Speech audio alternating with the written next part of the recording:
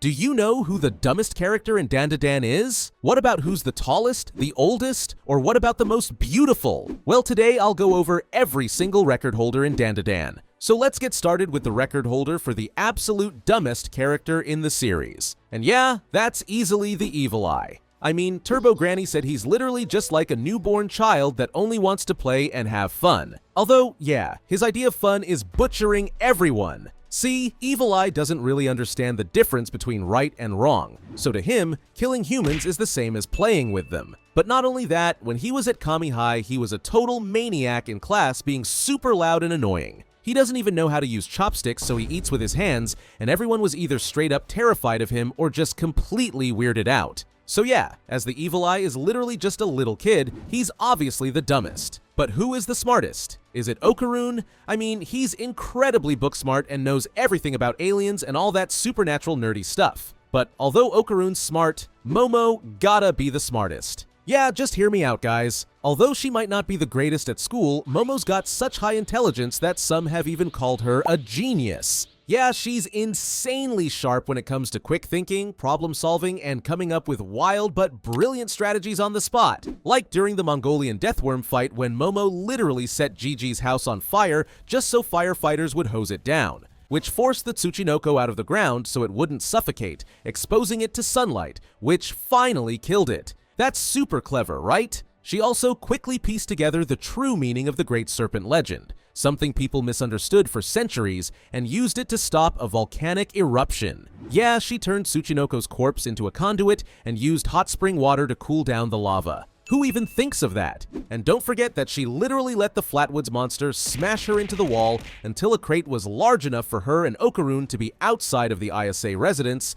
before she put the talisman back up on the gate to defeat the alien. Yeah, Momo's literally a genius. But okay, enough about brains, let's instead talk about looks. Specifically, the most beautiful man in the series. And come on, you already know who it is. Gigi. Yep, Gigi is tall, muscular, and all the girls at Kami High blush like crazy whenever they see him. They also try to impress him, as they obviously want this handsome guy as their boyfriend. Although, yeah, all the guys at Kami High absolutely hate him as he's just too good looking and steals all the girls' attention. Kinta even says that Gigi is too hot to be trustworthy, and he seriously just doesn't like him as he looks that good. So we know who the most beautiful man is, but what about the most beautiful woman? Yeah, some of you will probably say Momo, or maybe Aira, since literally every single guy at Kami High thinks she's super attractive, and even the girls admit that Aira looks amazing. However, the real title of the most beautiful woman has to go to Seiko Ayase.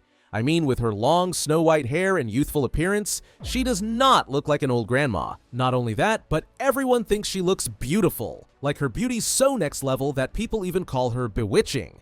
And when people find out she's actually Momo's grandma, not her actual mother, they're literally shocked. But moving on, let's talk about who's the most popular girl at Kami High. Now, I could argue that it's Momo since we know a lot of the guys think she's attractive. She's the only one at the entire school that wears a different kind of school uniform outfit, and we know for a fact that she's quite popular and known throughout the school. However, the most popular girl at Kami High, that's definitely Aira Shiratori. Not only do all the guys think she's drop-dead gorgeous, Aira is the girl at Kami High, and she knows it too. Yeah, she works hard to keep that most popular girl crown, so outwardly she plays this sweet, innocent, airheaded girl. But yeah, we all know that's not who she really is. She straight up uses her beauty as a tool to tease the guys at school and manipulate them, although she looks down on them for falling for her act so easily. And remember when Aira spread rumors about Momo after she hit her with the bathtub? Yeah, she literally turned the entire school against her. So yeah, Aira's the most popular girl in the series, but what about the most popular guy? Well, at first, it was Gigi. What do I mean with at first? Well, as I said before, when Gigi came to Kami High, all the girls instantly fell in love with how handsome he was. Like, they seriously came to greet him and gave him drinks and stuff when he came back to school. Even the boys started to like him, as they thought he was this super athletic guy who was amazing at football. Basically, everyone loved him, although not Kinta. Anyway, Gigi's popularity came crashing down, as after he turned into the Evil Eye at school, he started saying he'd butcher everyone, ate with his hands, was annoying in class, and just creeped everyone out. Even the girls were weirded out. So instead, the guy who overtook the title of the most popular boy is Okarun. Yeah, I'm serious. Although he at first was this bullied nerd, he later became the school's most popular guy. How? Well, after having Turbo Granny's power for a while and working out a lot, he absolutely destroyed Ayase in gym class, like sprinting past him, throwing way longer than him, and straight up just embarrassing him over and over. And the entire school heard about this. And suddenly the same girls who used to ignore him were all talking about how cool and hot Okarun had gotten. Not only that, but everyone at school saw him hanging out with both Momo and Aira, and even the cool and cute Vamola told everyone he was her boyfriend. Even the guys started respecting him, and Momo admitted he'd become super popular. Talking about Okarun and him being a former bullied nerd, we gotta talk about who the biggest nerd is in the series. And you might think it's Okarun, but nope, it's Kinta Sakata. He's a full-blown mecha geek, spending his time collecting mecha figurines and binging mecha anime. And when it comes to girls, Kinta has absolutely zero game. He's always trying to impress Momo and Aira, but instead of looking cool, he just ends up acting weird and awkward, which makes them like him even less. Plus, I'm sorry, but Kinta just looks more nerdy than Okarun, so he just gotta take the crown as the nerdiest guy in the series. Now, let's move on to the record of the person who's most in love with Okarun. Yep, this is a real record we gotta talk about, as we've got two top contestants, Momo and Aira. Starting with Aira, and after Okarun went all out to protect her from Acrobatic Silky, she literally fell in love with him. Like, she even chased him down at school and tried to kiss him. Since then, she's constantly thinking about him, trying to get his attention and worrying about him whenever he's in danger. So safe to say, Aira's got a huge crush on Okarun. But then we've got Momo, who can't even sit still at school as she just wants to talk to him. She gets flustered just hearing his real name, can't stop thinking about him, and gets seriously jealous when other girls get too close. On top of being super kind to her, like waiting for her after she's finished her work to walk her home, she admires how strong he is and that he's always giving his everything to keep her safe. So who takes this record? Well, it's gotta be Momo. I mean, Momo literally loves every single thing about Okarun. Seriously, she doesn't just love the fact that he's super strong in his Turbo Granny form, she literally loves him when he goes all nerd mode and talks about aliens non-stop. So even though Aira's crushing on him, Momo loves him the most. Next up, the biggest liar in the series, and that's Shoma. Remember back in episode 3 of season 1, when Seiko, or Santa Dodoria, when she's got the mask on, was on that local TV show as a psychic and did a live reading on Shoma, who's this super popular young idol? She said he was 27, had a wife and kid, and loved curry. Well, Shoma said she was wrong on everything. But turns out she nailed it. Yup, we actually find out later on that Shoma was totally lying. He actually does love curry, and of course he was secretly hiding a son and a lover. Anyway, let's continue with who the tallest human is. And this is actually more difficult than you'd think, since we don't even know how tall any of the main characters are. Still, it's pretty easy to see who the tallest human we've seen is, and that's Gigi. Yeah, just look at this guy. He's literally towering over everyone, and I don't even know how he could be so much taller than his parents. So yeah, he's super tall and he's easily over 1.9 meters, or around 6 feet 3. Alright, so we talked about the tallest human, but now it's time to talk about the tallest character in general. And that title easily goes to the Mongolian death worm. We don't have the exact numbers for its height or length, but come on, just look at it. This gigantic spotted serpent-like worm with a terrifying mouth full of rows and rows of teeth, plus those creepy tentacle rings, is by far the biggest thing we've seen. It absolutely towers over everyone else. And it's no question the tallest character in the series. But who's the shortest character? Well, it's gotta be the pygmies. These little guys are only 5 centimeters tall, making them basically invisible to normal humans. And the wild part? They all look exactly the same. Cone-shaped bodies, stick-figure limbs, teary eyes, and a dark little mustache. But don't let their tiny size fool you, because they're actually pretty strong. Yeah, they use their small size as an advantage to sneak around and strike without being noticed. Plus, they're insanely fast, using their stitching ability to literally stitch materials or even people together in just seconds. So they are not to be underestimated. Now, let's literally pick up the pace and talk about who the fastest character is. And it's obviously Turbo Granny. Turbo Granny's entire shtick is that she's super fast, and even though we've never seen her full power, we know for a fact that she's even more powerful and faster than Okarun, which is insane. Like, there is literally no one that can keep up with her all-outs. Instead of the fastest, let's talk about the slowest, and this one was tricky. but I had to give this record to none other than Kinta Sakata. Why? Well, back at Kami High when Kinta and Okarun had gym class, Kinta was making all kinds of excuses not to be in the race and run.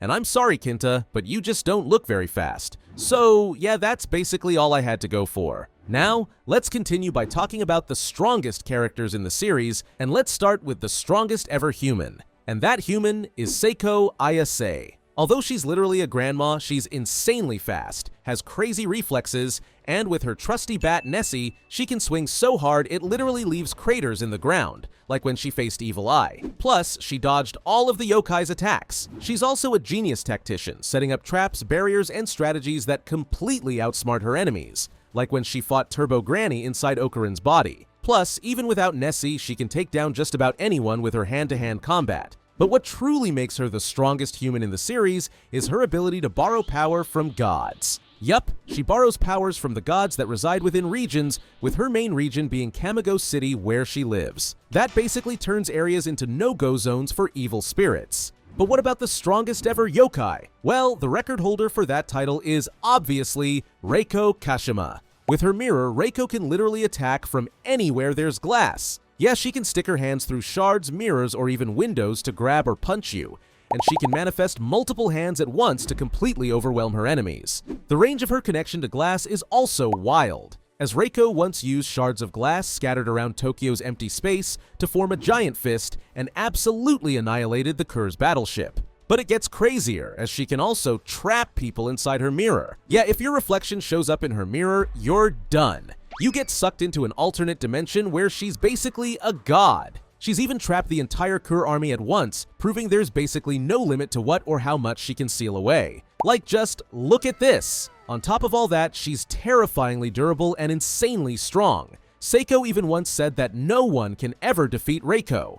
Alright, so the strongest yokai is Reiko and the strongest human is Seiko. But what about the strongest in the entire series? That character is the mysterious Ludris. He might not look it, but this guy is a walking legend through space. Like, even running into him by chance once is said to be a miracle. Yeah, Ludris is hyped up as this all-knowing and all-powerful being, and he's literally the creator of the nanoskin. Yeah, Ludris is basically creative mode in Minecraft. Just look at this guy. Still, we don't know much about this mysterious legendary alien, but he just has to be the strongest in the Dandadan universe. Talking about these strong monsters, let's talk about who the scariest character is. And the record of the scariest character goes to Reiko Kashima. Now, yeah, you probably think she's the scariest as this is what she looks like.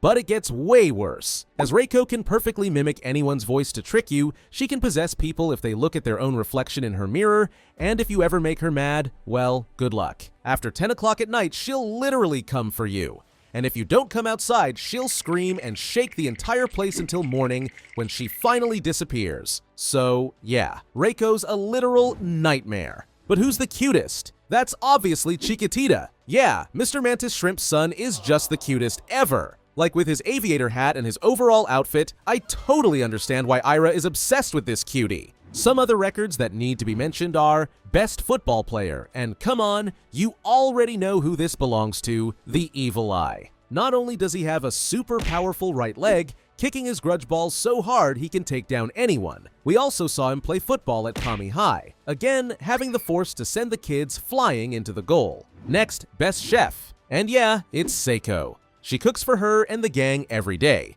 and she can make just about anything. I mean, her food literally became real inside the anime. It's just that good. Like, just look at how much Momo likes Seiko's cooking. Now for most foul-mouthed, and some might say Momo, some might say Turbo Granny. And yeah, they've both got a real foul mouth. But the record holder, that's Aira. Honestly, I don't even need to explain this one. Just turn on any episode and listen to how she talks to Momo or Turbo Granny. Moving on to biggest genius, and that's easily Gigi. Seiko literally doesn't shut up about how much of a genius this guy is. When he first started training his ki, learning how to gather it in his stomach so no one could budge him, he nailed it in just one day. Meanwhile, it took Momo way longer to figure it out. So yeah, Seiko's always calling him a genius. And she's right, Gigi's just naturally gifted when it comes to supernatural stuff. And last but not least, let's talk about which of the guys got the biggest dong. Yeah, I'm sorry guys, but this is a real record. So the guy with the biggest dong is, once again, Gigi. I mean, we haven't seen it, but when Seiko saw it, she literally yelled, "Nice dong!" So yeah. Anyway, what is your favorite Dandadan record? And was there a record I forgot to mention? Let me know in the comments below. Thanks for watching, and watch this video next.